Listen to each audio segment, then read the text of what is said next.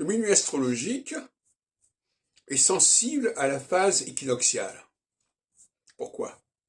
Parce que la phase équinoxiale, c'est la recherche du modèle universel.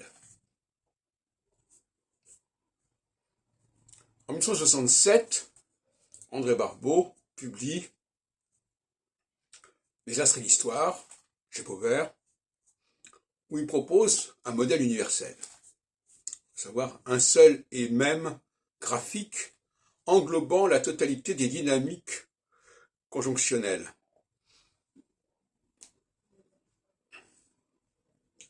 Nous sommes en 67.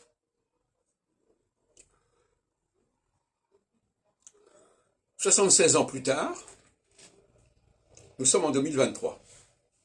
76 ans, 75 ans, c'est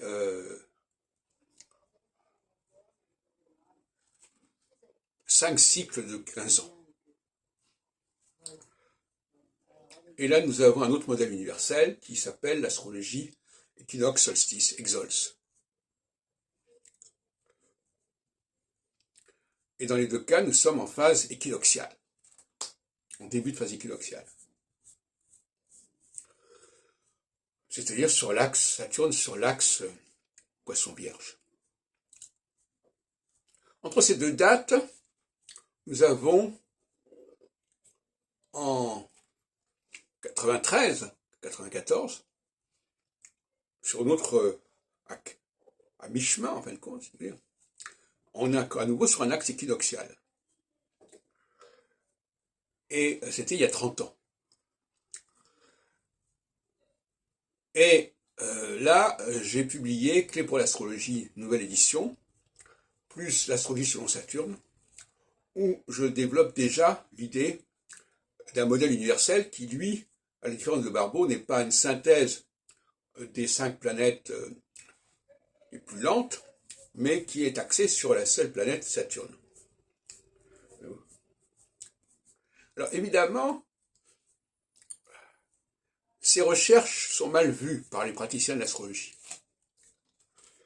Et récemment, on a qualifié mes travaux de critique de l'astrologie. Alors qu'il s'agit tout simplement de la recherche astrologique et de la mise en évidence d'un modèle universel.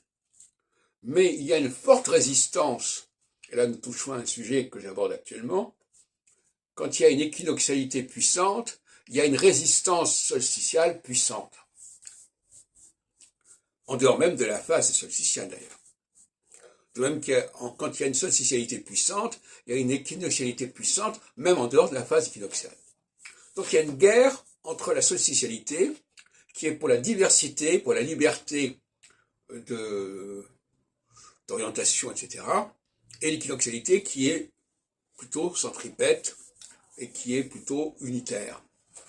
Voilà. Et l'astrologie est traversée par ces deux processus. Et c'est une clé de l'histoire de l'astrologie de le comprendre.